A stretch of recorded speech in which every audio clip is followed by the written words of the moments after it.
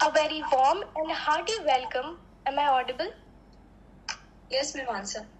Okay, thank you. A very warm and hearty welcome to everyone at today's first webinar session of Mazi o Mustaqbil, the annual fest of the Department of History, LSR.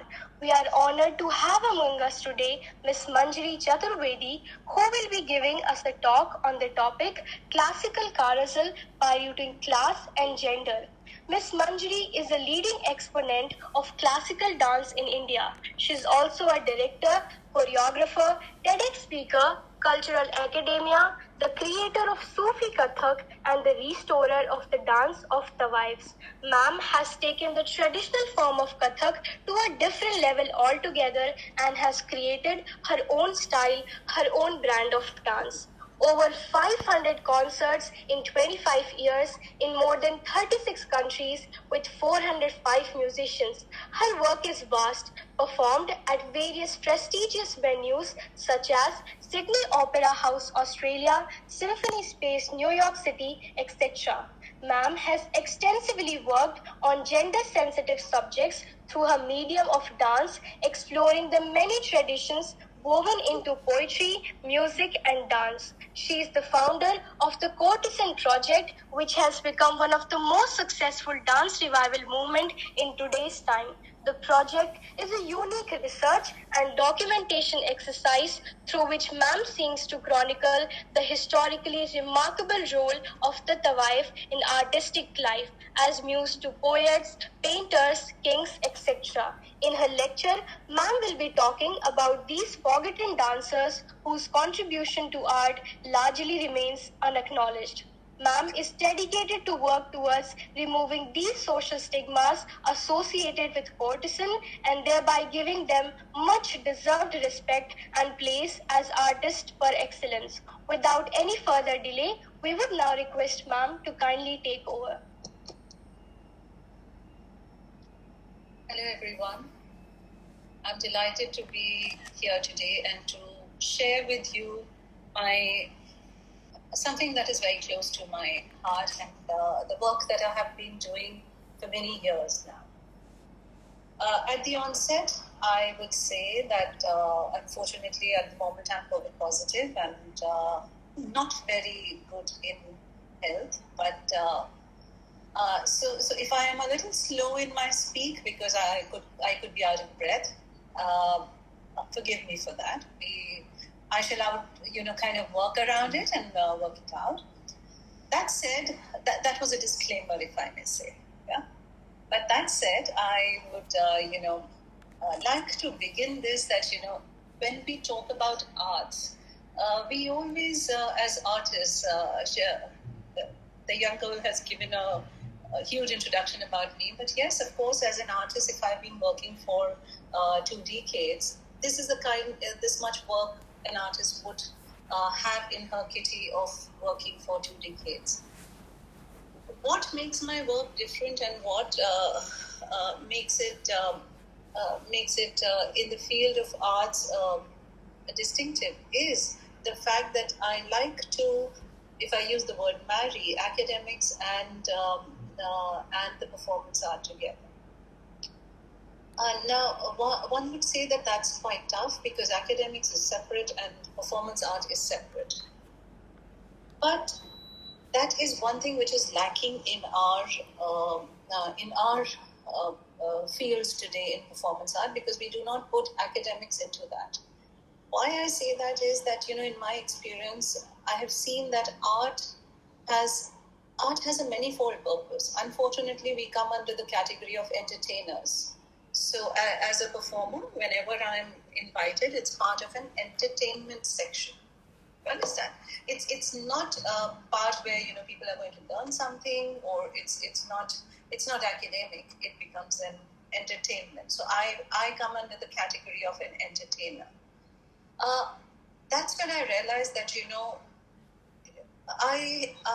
it's okay to see a beautiful dance. It's okay to hear a beautiful song. There's nothing wrong in it.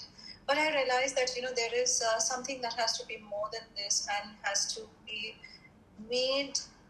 The audience has to be made aware of a lot of things that are needed. And over the years, I realized also a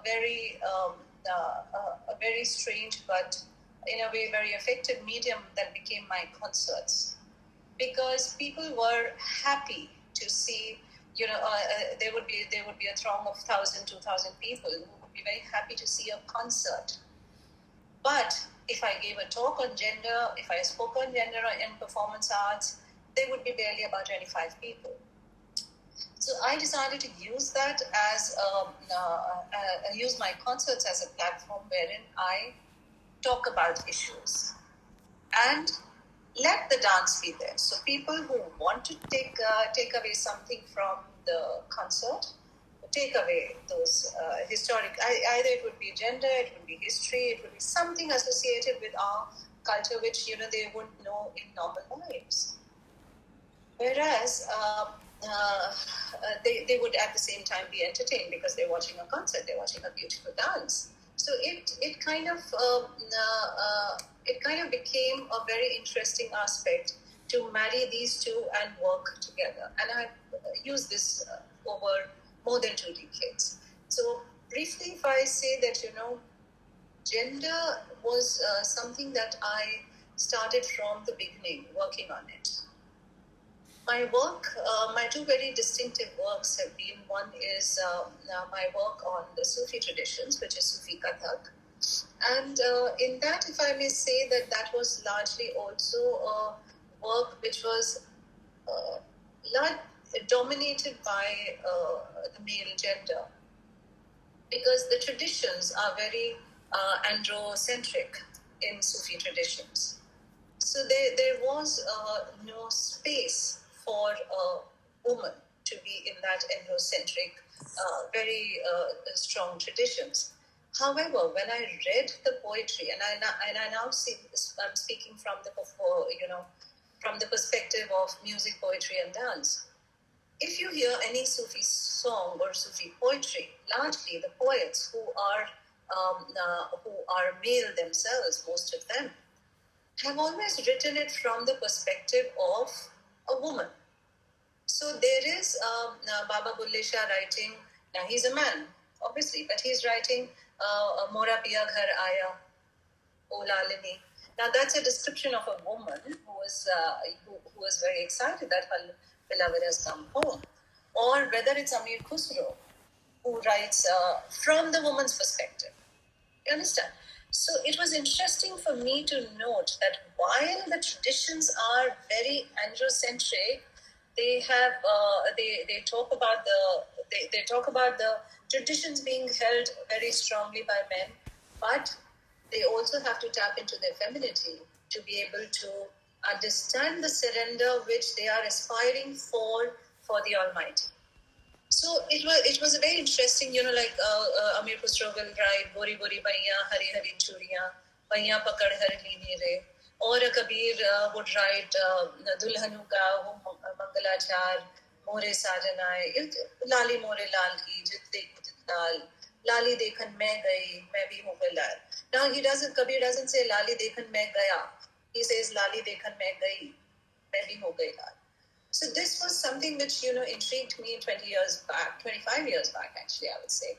And I started working on the Sufi traditions and using my dance of Kathak as a base, or I would say the grammar of Kathak as a base. So that said, that became my sole identity for many years, because it was something where was a place that women had not explored, because it was something that was understood to be a very androcentric tradition. And so my work then gradually became Sufi Kathak. And now, it could also be said that, we need to use art as a medium for bringing out societal changes. We cannot just say that the societal changes have to be brought in by reformers. And I, as an artist, have a very strong viewpoint that, when an audience is experiencing art, their defenses are down. We all have our walls that we create. And, when we are sitting and you're listening to me just now, but you still have your walls of your own ideas, your own defenses all intact. That, if you don't like something that I'm saying, you'll make your wall straight and say, oh, I don't believe in this. But when you're experiencing music, dance, poetry, this is something where your defenses as a human being are completely down. And that's why we say music touches the hearts of people. How does it touch? Because at that point, if I may say, and I know that when I'm performing, I'm on stage, the music and performance is on, 5 minutes into the performance, the audience is defenseless. Because the guards are down.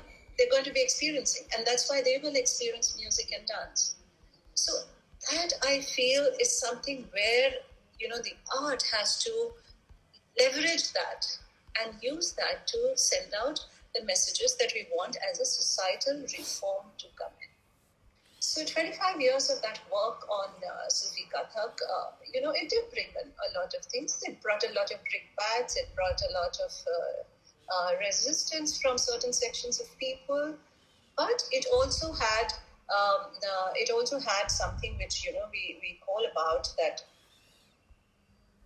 a new kind of a awakening, if I may say, if I may use that word, because it told people that, yes, and when I said that, see, why have the poets written from a woman's perspective? Interestingly, if we see the side of Iran, Khorasan, that side, the beloved is the woman and the seeker is the man. Whereas in the Indian subcontinent, in the poetic traditions, it's the opposite. The beloved is a man and the seeker is a woman. So the gender roles are different in different regions, but we are talking about the Indian subcontinent, and here largely the seeker is the feminine, in whichever language that it was written.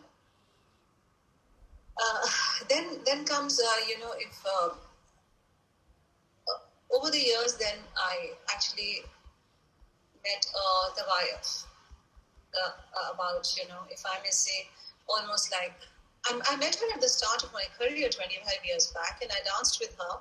She sang for me in a concert. But I, coming from a privileged background, father being an IIT Roorkee professor, you getting education, being a space scientist's daughter, meeting space scientists, it was a very privileged upbringing which was there. And I did not think that there is anything wrong in a woman dancing and singing.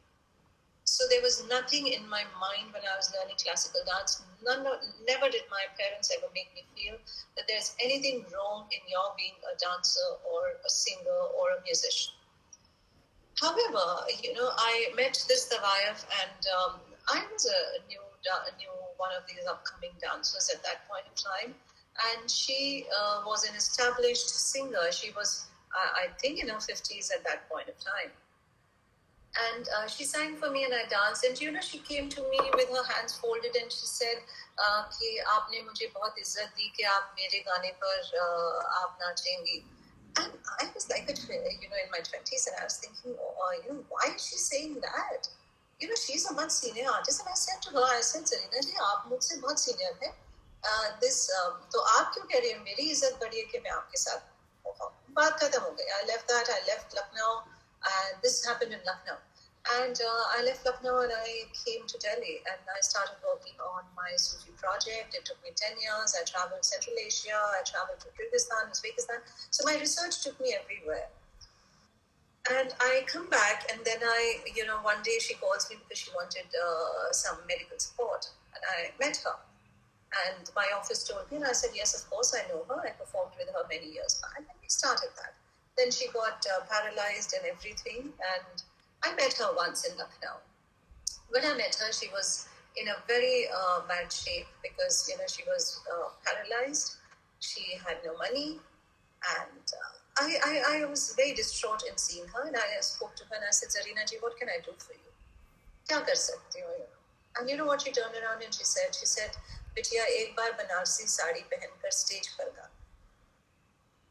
And I was actually sitting and crying because this woman who could have asked me, मुझे 1 लाख रुपए चाहिए, 2 लाख रुपए चाहिए, she only said, मुझे बनारसी साड़ी पहन कर stage पर गाना है. Now comes the point where I had to start the Courtesan project as a gender resistance project. Because when I told her, okay, Zarina ji, hum Delhi mein karenge, and I came to Delhi. I started meeting people for sponsorship for Zarina Begum's concert. And I, as a dancer, was already established. There were people sponsoring my shows. When I went to ask them for sponsorship, they actually turned around and they told me that, Manjuri ji, आपके concert में वो branding अच्छी होती है. अब ये हो गया कि हम तवाइफों को honor करें. Then it struck me. I said, I'm sitting across the table. Actually, then even I'm a nachne wali. Because that is what the question here is, that what was that woman? She was a nachne gaane wali. Today, yes, I'm a classical dancer. My government may end up, recognizing me for that. You all have not invited me in my capability as environmental scientist. I have a postgraduate degree in environmental sciences, but I'm not giving lecture here as an environmental scientist. I'm giving lecture here for basis of my performance art. So today's time, when we are talking about a Delhi of today, and in the Delhi of today, when I go around asking for sponsorships and I'm told that, we cannot associate our names with something like this. Trust me, we got no sponsorship for her show, but we had a full house at IGNCA. IGNCA partnered with us as a venue partner, and she lived her dream because we had the culture minister come in for the show inaugurated. All that happened, but then that got me thinking that why is there such a bias for these women? And like I said, you and I, we all come from a privileged society. We do not even think of such things at this point of time. And I would say 25 years back, I did not even think it anything different that Zarina sang with me and I danced with her. It was not something which was very difficult. Now, when I started on this, embarked on this, and I was shocked to find that as a Kathak dancer, when I see the history of Kathak, I do not see the names of women performers. I see only the names of male performers who were gurus, who were ustads. I started questioning, where are the women? Were they not performers? Were they not doing Kathak? Were they not doing Ghazal? Were they not doing Thumri? Were they not doing Dadra? Where were these women? And I was shocked. I'm saying that myself. Being a dancer for 25 years, I had trained in professional Kathak, and I did not question this at that point of time because it did not even occur to me that there are no women. It occurred to me now, 10 years back. And then I started finding that, what happened to these women? And then I understood this whole bias of Tawayafs and Baijis being almost removed from the history of performance art. And if I say that, it's shocking because somewhere in a performance art, if I say, the art comes first.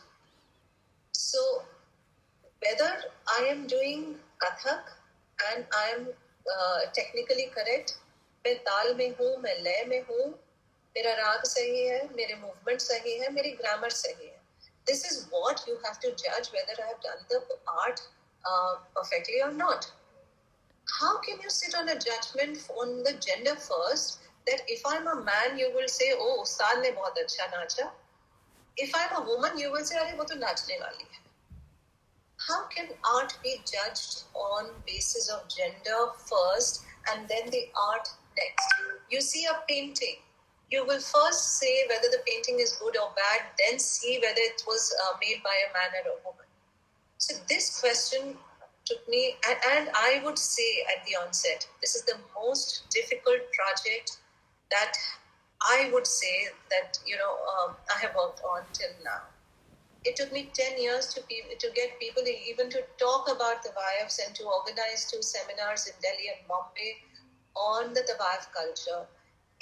I'm a stubborn woman, and it took me bulldozing people's concerts to say that I'm going to perform the dance of the courtesan. I had people laughing at my back and saying, oh my God, ab to Manjari mujra karti hai. This is, and we are talking about today. See, we are talking about 2020. For me to even get people to talk and acknowledge these women as artists was a very tough task. Yes, people would say, "Oh, हाँ वो तवाइफें बहुत अच्छी थी, हाँ ये था, जी बिल्कुल, उन्होंने तो बहुत कुछ करा." अरे, but आपने acknowledge करा कि नहीं? So somewhere that whole aspect shocked me, and in a way, when I delved deep into it, it was shocking no longer, because again, see what happened is over, and you know, I know that as history students, you would it would be in your mind that, you know, why wasn't this documented? I'm not a history student, but I actually thought that, you know, this is bizarre. How come a whole section of women were not documented by people? Then when I went into documentations, went to archives, tried finding out about women, they were bizarre, you know, descriptions. I'll say bizarre. Why? Because now, um, you know, history unfortunately largely has been written by men. Women were not writing history. Okay. We're talking about, and largely when I'm talking about these women, I'm talking 16th to 20th century. Yeah. So this was the time when, you know, largely history has been written by men. Now, what happened was that, you know, a courtesan, a performer. Now, see, if and I put myself in that position and then, you know, say, now, if I'm a performer and I'm performing, I'm nicely dressed, nicely jeweled, I'm performing there. Now, my art says that if I am performing a composition, my art demands out of me that the person who's watching my performance should have exactly the same rasa translated into the performer. I have to do that. That's my art. You know, that's why I've been trained. So, generating that rasa, that the same emotion out of the audience is my onus as an artist. So, if as an artist I'm sitting and I'm dancing to a ghazal, Aaj Jaane Ki Zid Na Karo, it essentially means that everyone sitting in the audience should feel as if the artist is singing or dancing and saying only for that person. Does that mean that that dancer is saying for you? No. She's practicing her art as I am today. If I do it on stage, I don't mean to say that these 500 or, you know, 1,000 men sitting or women sitting in the audience should think, oh, Manjari is saying it for them. No, Manjari is not saying it for them. Manjari is emoting a character. Now, this differentiation did not exist in the documentation, because when we find documentation, it is about how beautiful she was, who she had an affair with, how beautifully she walked, how people aspired to even see her. There was no mention of what she performed, ghazal karti thi, dadra karti thi. Anushka, if I may ask you, you know, I will just take you know, kind of, I want to share with you the performance art. So, Anushka, there's a small clip of about 1 minute, which is Aaj Jaane Ki Zid Na Karo. Can you play that? Just Yes, to ma'am. tell you that, you know, what kind of emotion we needed to be out from the audience. Yes, ma'am. The clip which is of 1 minute. It is, yes, it's called, its title is Aaj Jaane Ki Zid Na Karo. Yes, ma'am. Please give us just 1 minute. Yeah, would you share that?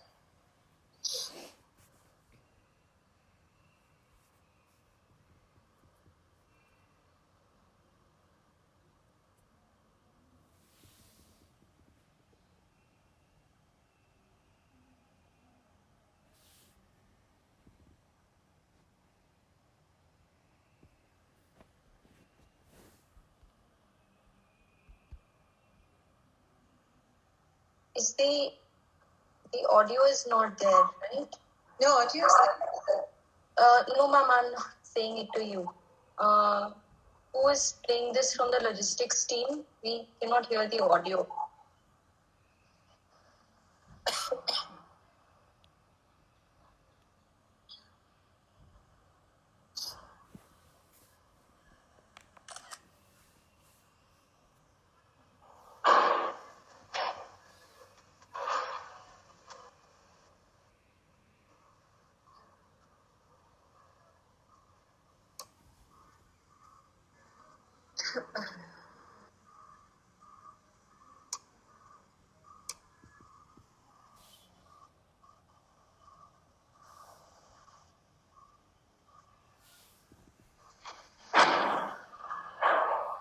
can't hear the audio. So I guess nobody can. No, ma'am. They're doing it. It'll just take one more moment. She's fixing it, the audio issue. So if I, if I say that what we find usually is that the documentation, it's that famous saying that it will always be the hunter's story till the tiger learns to ride. So this is what I feel has been in the case of the Tawayafs and the Baijis, all the women performers basically.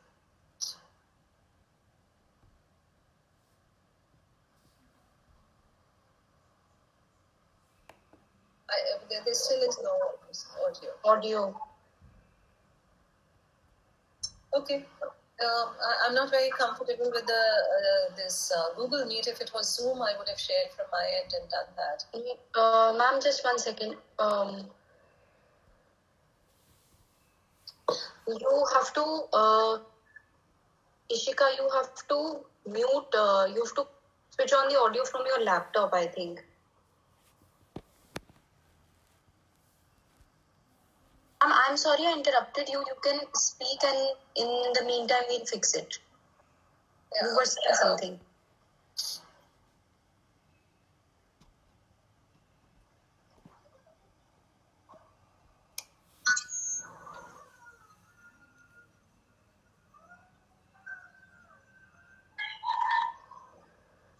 Okay, so let's see even if you don't see the audio or the video, it's okay. We'll just continue. You can go on YouTube and watch the audio or videos later. So why I was saying that the documentation in history of these women, vis-a-vis art, has been erroneous, if I may use that word, because we do not find, as an artist, I know that to be able to perform, to be able to sing or dance, it requires a minimum 10 years of practice. Now, where is that 10 years of practice of that woman who dedicated herself to an art? Are we talking about it ever? No, we are not talking about it. We are simply just talking about, oh, she had an affair with that Nawab. Oh, she had 2 husbands. How does it matter? How does the personal life of an artist matter? What art they do is what matters. And what is, interesting is that the same scales have not been used for male performers. The male performers are ustads, and the female performers are Najne Gane. This is the scale for measuring art. Now, the scale itself is very gender biased. The fact is that we all have never questioned till now. So while I'm saying that a Tawayaf probably had a liaison with some Nawab, okay, that's her personal life. She chose that. Good for her. But an Ustad had, 20 liaisons with his students or other women. That we would say, oh, but don't talk about his personal life. He's an Ustad. Now, these are the different scales that we have used over the years for the men and the women performers. And it continues today, till today. That is what I'm most surprised about. Because if you're talking about 18th century, 19th century, okay, the times are different. Their choice of sexualities were different. Also, there comes a huge question every time that I'm talking about the Tawayafs and the Baijis is the aspect of sexuality. That, oh, but they were prostitutes. We don't realize that, and I say that if you see today's time, there are film stars, entertainment scene. Now, the wives are part of the entertainment scene. So, think logically. I'm just putting things logically for everyone. We have film stars. So we have A-grade films, we have B-grade films, we have C-grade films, and we have porn films. Okay, there's a market for everything. Do you equate a current film star with a porn film? No, you'll say, oh no, Madhuri Dixit is a film star, Deepika Padukone is a film star. Now, why are we doing this with the wives and the Baijis? We're clubbing them with prostitutes. We're not giving them the different hierarchy status. They all had different hierarchy status. Now, if a current film star, who we all want to have a selfie with, has 3 or 4 affairs in her life before she settles down and marries somebody, would that affect you? No. It's part of gossip. It's good for a gossip material. You won't sit on a judgment on her work that she's done based on how many boyfriends she had in her life. So if we can look at women performers today with their art as the perspective, then I think the time is ready that we look at our past women performers with art as a perspective and not as what the patriarchally driven society has forced us to look into this, and especially Bollywood, which has taught us, oh, bichari aurat, the one who will only find salvation when she gets married and she gets away from that culture. So Tawayaf was a very good market selling point for the Bollywood, no? Because there was song and dance. If the Tawayaf came, there was a song and dance. Secondly, the Tawayaf became the other woman, which is what Bollywood needed. So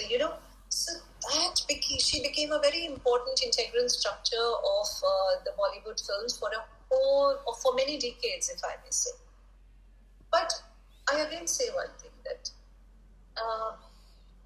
you all are history students, but do we learn history through Bollywood? No, we don't. We learn history through our books, through our documents that we find. Bollywood is okay. They may take from history and make it into a masala and give it to you. But they are not our history chapters. Unfortunately for the Tawayafs, Bollywood has been taken as a history chapter.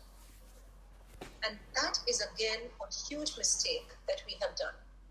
Because we've used Bollywood as history documentation of the Tawayafs, which the Bollywood claims that it doesn't do. It is meant for entertainment. It is not teaching you history.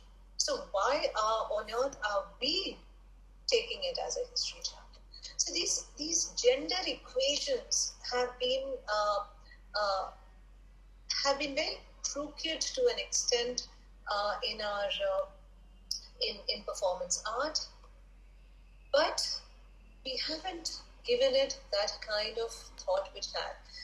For example, when I give talks on the Courtesan Project and I talk about the women performers, trust me that even till 5 years back, I had resistance because people would say that please name your concert something else. Don't use the word Tawayaf.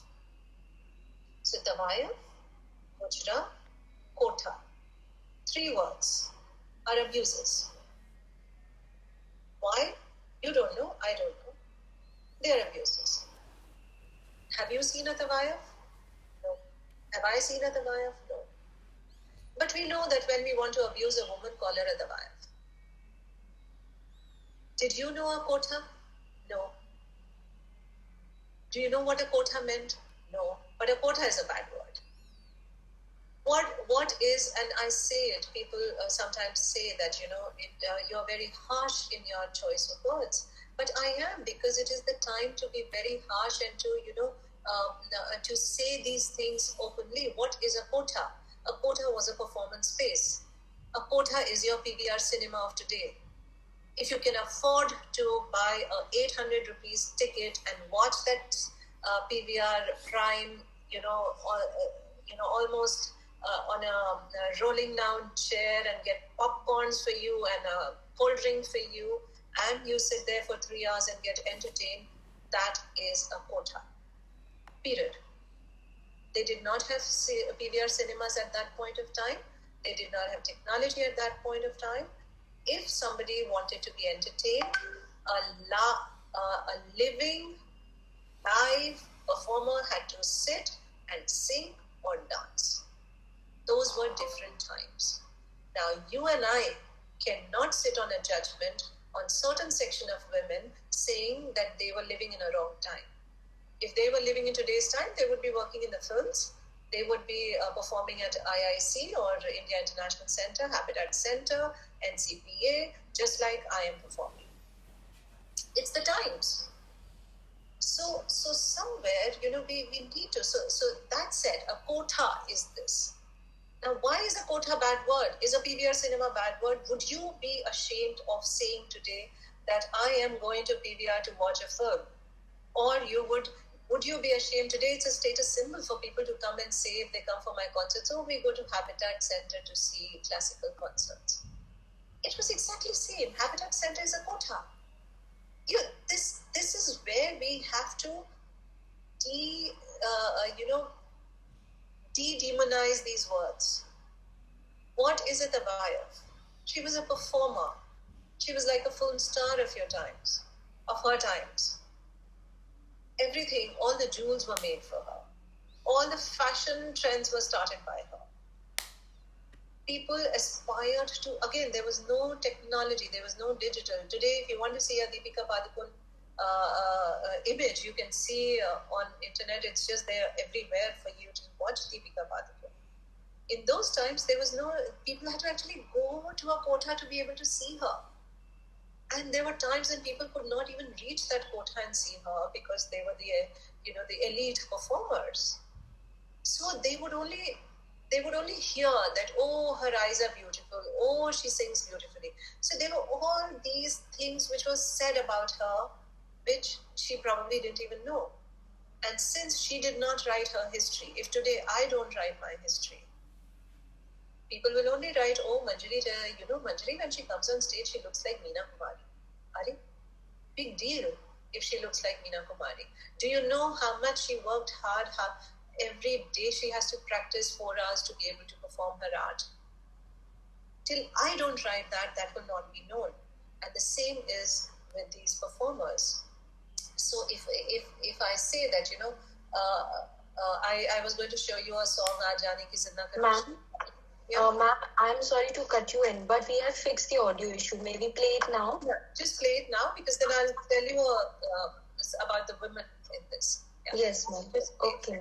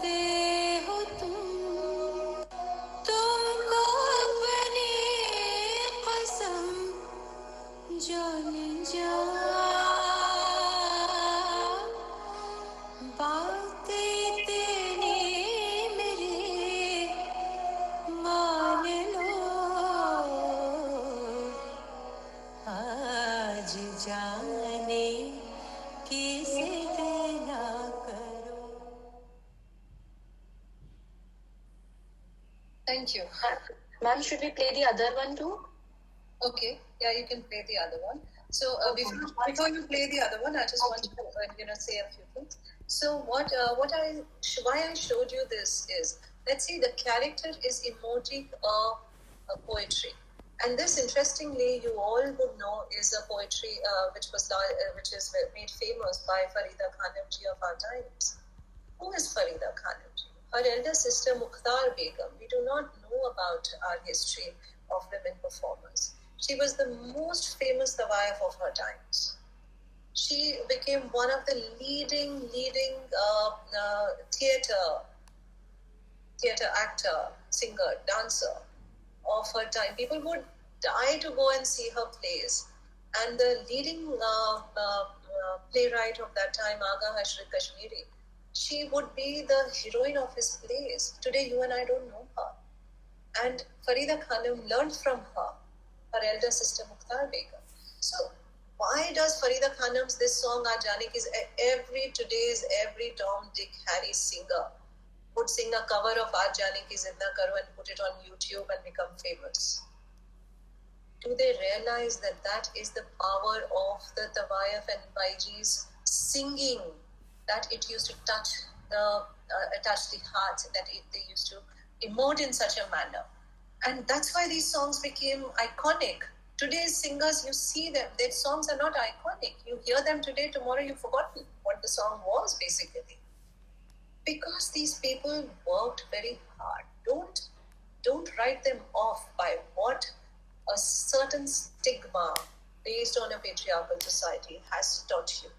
Question it, find out about it, and then sit on a judgment. So in the same context, I'll share with you that, when I also say that, we have to use art as resistance. So does that mean that I sit and fight with everyone? No. I'll give you an example of another video that I will show you. Is that, like I mentioned to you, I like to tell people the histories. Now, there are very iconic songs in Bollywood, like Mohe Pankaj Pe Nandlal Chhed Gaye Re. Nobody credits the Tawayaf in that song. It is just an iconic song. Do you know that it was one of the leading songs of the Tawayafs? No. Hamri Atariya Aja Re Samariya. That's a Madhuri Dixit song for most of people now. Is the credit given in the film titles as a Tawayaf song? No, we do not. We've just taken whatever we like from the Tawayaf and used it for our purpose. Whether it's Tumri, you'll find thousands of Tumri singers today not acknowledging the Tawayaf. Ghazal, just Google and find it. Even in your city, you'll find 4,000 Ghazal singers. Do they acknowledge the Tawayafs? No, they don't. Kathak, there are hordes and hordes of Kathak dancers all over the world. Do they acknowledge and they say that the Tawayafs were the ones who kept Kathak alive for 400 years? No, they don't. The fashion designers, you see those Anarkali. Who was Anarkali? She was a Tawayaf, for God's sake. Most of the weddings, you see people dressed in those Anarkalis with a chapka, with a, dressing around, prepping around. These were the outfits of the Tawayafs. So we actually took everything that we wanted to. We took their outfits, we took their jewelry sense, we took their music, we took their dance, we took everything that we could snatch out of them from history. But we refused to give them acknowledgement for what they were. We still want to use that word as a gender abuse, which is where we have to. History's change. It's not as if it's impossible to change it. Maybe it's right time now for the generation to change it. I'll show you another. Because my work is performance art, so it's largely, yes, I'm very passionate and I do talk about it. I frankly was thinking I won't be able to hold a 1 hour thing with the kind of breadth that I have these days because of COVID, but I seem to have, the passion seems to always take over. So before we do the questions, I would want you to see this so that you get an idea of how, we can use art as also as a tool for, resistance and bringing a social stigma to the fore without fighting with people, if I may use that word. Yes, we need to put our point across. So Anushka, can we have the other video, please? That's slightly longer. It's about 2.5 minutes. Yeah. Yes, ma'am, of course.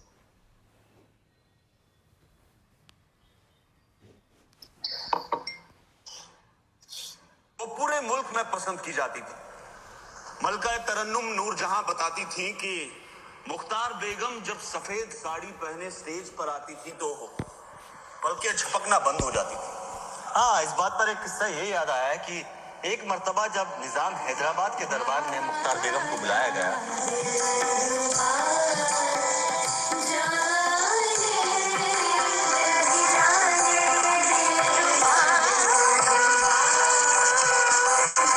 जनाब, बल्कि ऐसा माना जाता है कि बतौर singer अगर आपने ये गाना नहीं गाया तो आप सिंगर ही नहीं हैं। बातें तेरी मेरी मान लो,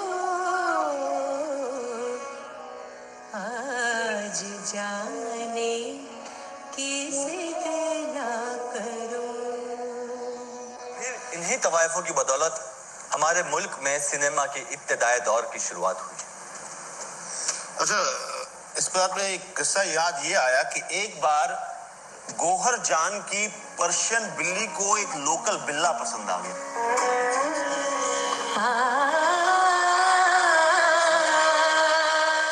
अच्छा, अब इंदु बाला की सुनिए।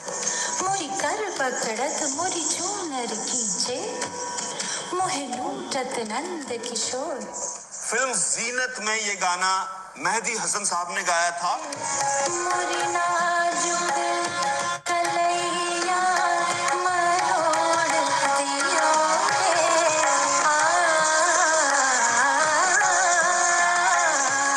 चूड़िया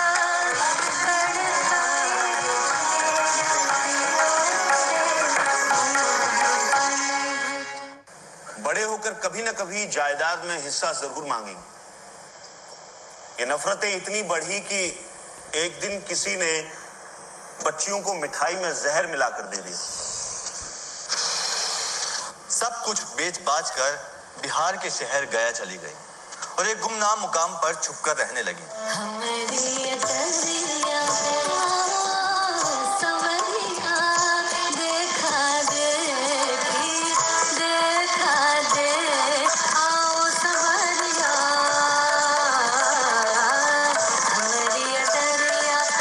लेकिन इस रचना का रिश्ता दरबारों और रजवाड़ों के मुजरों से है, ये बात बहुत कम ही लोग जानते होंगे। दरिया मैं धरिया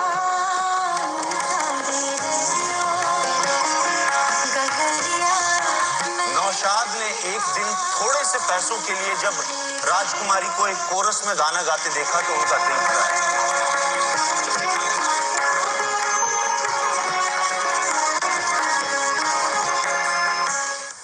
फिल्म के गाने इतने मकबूल हुए कि म्यूजिक कंपनी ने वो काम किया जो पहले नहीं किया। उन्होंने वो 9 गाने भी अलग रिकॉर्ड में रिलीज किए गए। तवायफों को सामने रखकर या उनके नृत्य संगीत को लेकर खामोश फिल्मों के दौर से अब तक करीब 1000 फिल्में बनी और सब कामयाब हुई।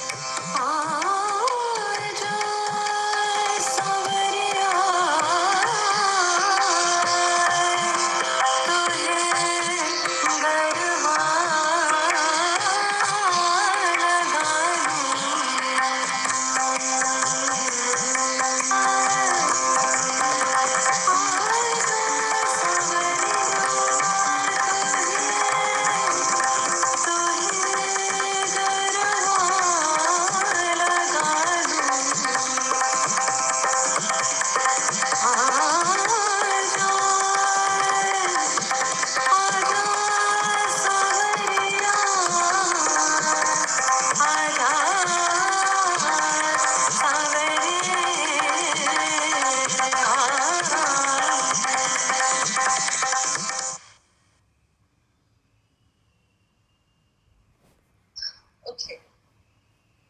So now, if there are any questions, I can talk endlessly. There are so many things still left to cover, but I see the time.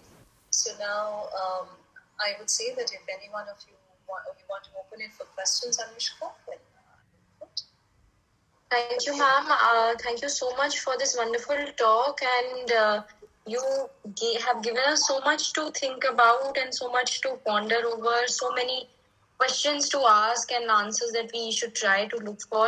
Both the videos were absolutely spellbinding, and I hope when things get better, maybe we can invite you to college for a performance, or we can visit one of your concerts once things get better in the world. And in the meantime, for questions, if there is, you can type it in the chat box. I'll read it out, or you can unmute and ask as well directly to ma'am.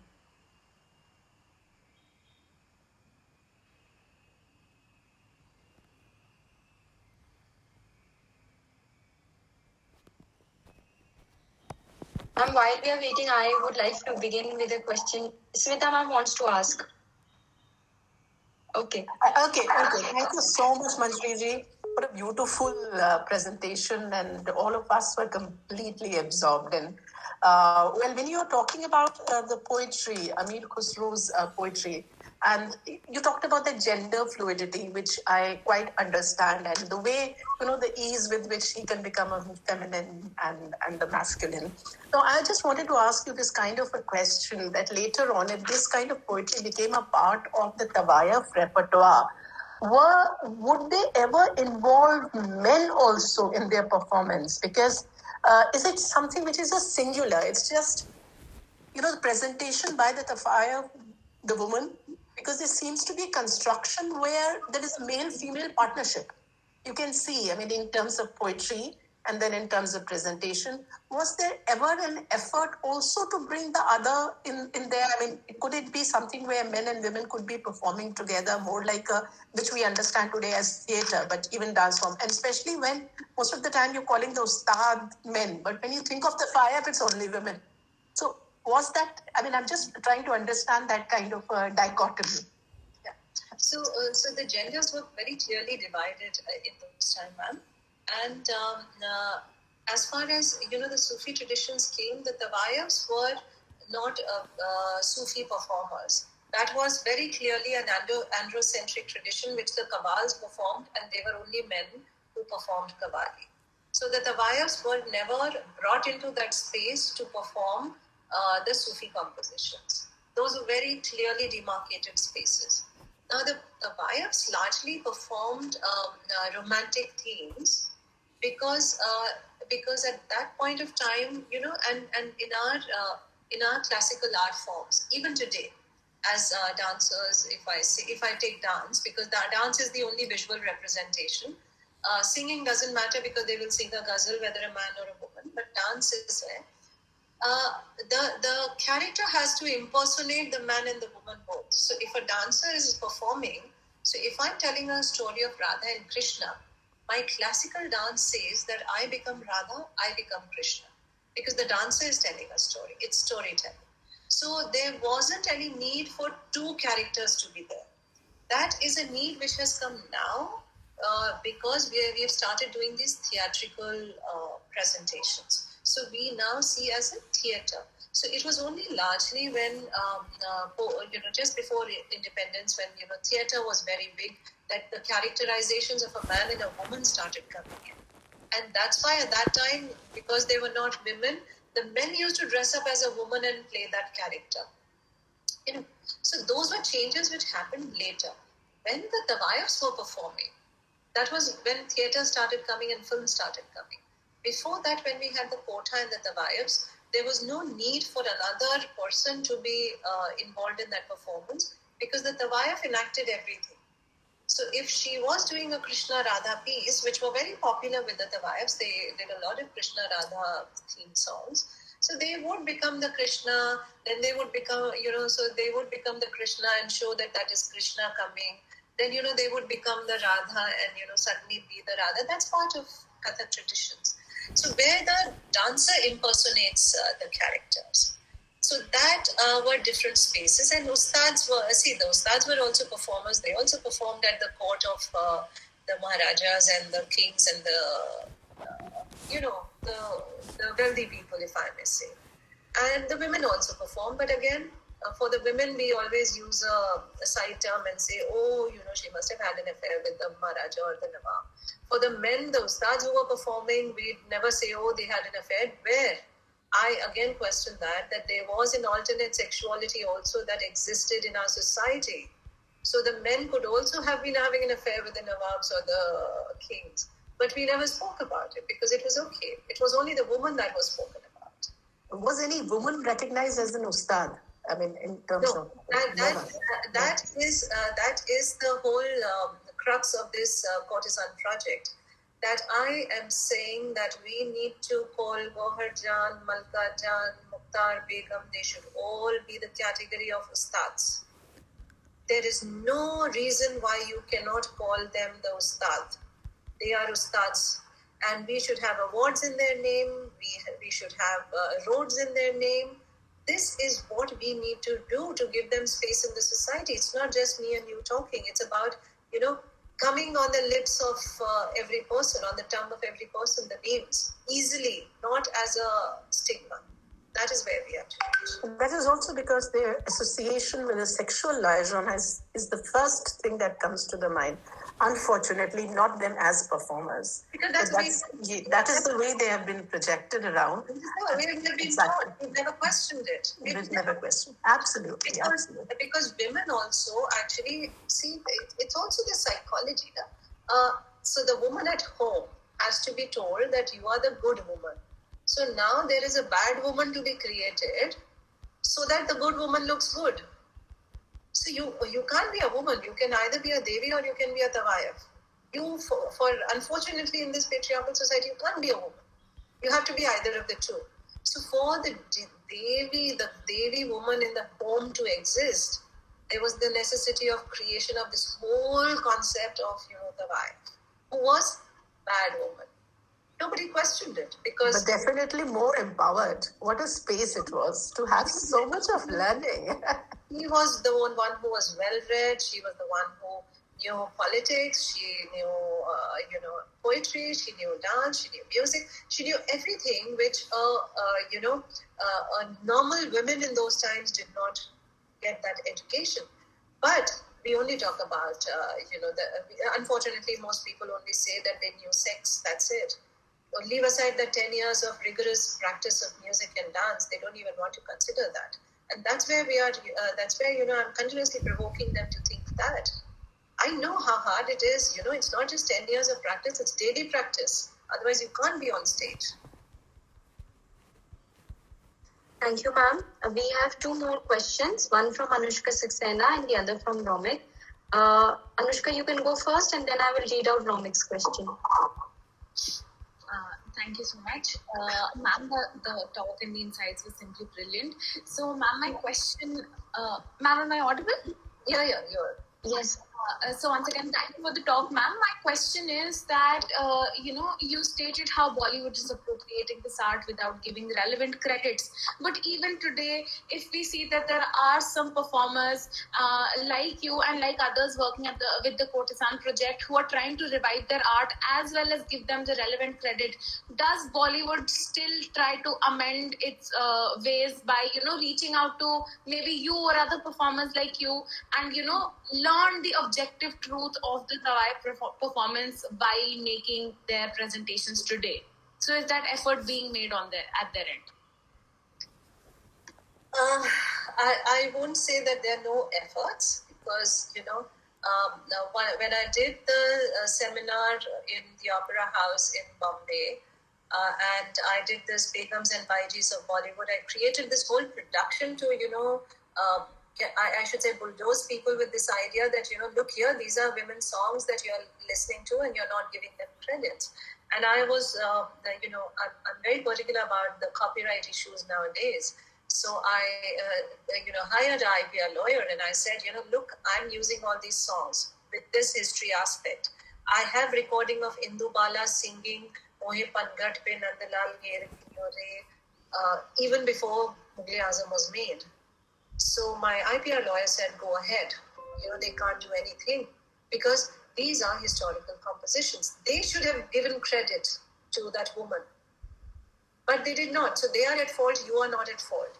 So having said that, this is something that people have never acknowledged. So while there is a Hambri Atariya Ajare Samariya song in a film, it has added lyrics by another lyricist. Okay, so in a way the copyright changes because there are additions of lyrics into that song. But the fact is that this, the song even today you remember as only Hamri Atariya Ajare Samariya. Frankly, nobody remembers the one or more paragraph which was written for it. So the sign line still remains what is their thing. So while I think, and again I say that, we give too much importance to Bollywood in documentation and historical aspect, which we shouldn't. Their job is not to make these corrections and do these things. The job is of historians and history students like you. I've had in last 5 or 8 years, I've had about 25, 30 people who've come to me and said that they're writing a book, they want to write a book on the Tawaiffs and courtesans. And I was sharing with everyone everything. And in fact, one girl turned up and said, "Ma'am, you've shared all these information with everyone. And even I'm writing a book." So she said, "Even you're writing a book." I said, "Exactly. But if I write it, it's Manjari's perspective. And history will only see it as Manjari's perspective on this. But if 30 other people write the same thing, why don't you see the larger perspective? We've changed history in merely 5 or 10 years. So for 8-year-olds who are now, or 10-year-olds who are now, who grow up and become 20-year-olds 20 years down the line, we would have given them an alternative narrative to look into. Currently, nobody has an alternative narrative. So, okay, Bollywood is there, but I do not give Bollywood that kind of importance to correct history. I give importance to historians, academics to correct history, and performers. The people who are performing, we need to start acknowledging the Tawaiffs in each performance, and we've made that outreach to different people. Thank you, ma'am. I will read out the next question. Ma'am, would you like a moment's break? No, it's okay. I can carry on. Okay, ma'am. I have a strange feeling that once I finish this, I would just, kind of crash out. Yes, ma'am. And we'll just take these last 2 questions and then we'll not bother you anymore since they've already been put into the chat box. Romik is saying, I have a question, ma'am. Do we have any instance of women Tawaiffs ever trying to break the standard norms and trying to write their history, or was the act just not allowed? Also, just to draw a parallel, the Japanese geisha is also seen in the same light. They are merely seen as prostitutes, whereas many were performers and entertainers who worked so hard on their skills. I think her question is the first part, that did a Tawaiff ever write her history? Do we have any instances? So yes, the aspect here is that, there are certain, very few documentation that we find. And they are, out of the hundreds and thousands of Tawaiffs that were there, largely their documentation is through the men's eyes who've watched them perform. But rarely I found 2 or 3 Tawaiffs or Devdasi also in those traditions, but they were separate, but they were similar. So they have written their kind of autobiography, and that when you read that, they do not consider themselves to be those, bichari women at some point. I even read the letters, supposedly read, they're not authenticated because there's no authentication possible. And there were letters written by a Tawaiff to her mother, and I sourced them from Hyderabad. And she clearly writes that she doesn't want to get married. She doesn't want to be in the harem of any king. And she says that I'm happy dancing, performing, singing on my own. So when we read their works, we don't see her as a bichari. She was the richest woman. She actually gave the land on which the whole Osmania University is made in Hyderabad. So she was the richest woman in Hyderabad at that point of time. So she, a woman like that would, see herself as empowered. So yes, but there are very few. I have only found 2 or 3 such accounts written by women themselves. So, but when I read that, that's where my strength comes from. That these women were not what Bollywood has shown us. They were very different from what we see them as, those women sold for sexual work. They were not. They danced, they sang. Even this another woman who's clearly written that she had 3 lovers in her life. Big deal. She has accepted the fact that she had 3 lovers in her life, but she performed her art. So these are women who wrote with their strength. And the second part was she said geisha. Now that's a different aspect, because geishas actually similar. You could say that they are similar, because when we want to get similarities in cultures, but the very big difference in India is that here they were part of the classical traditions, which are very elaborately texted traditions and very difficult to follow.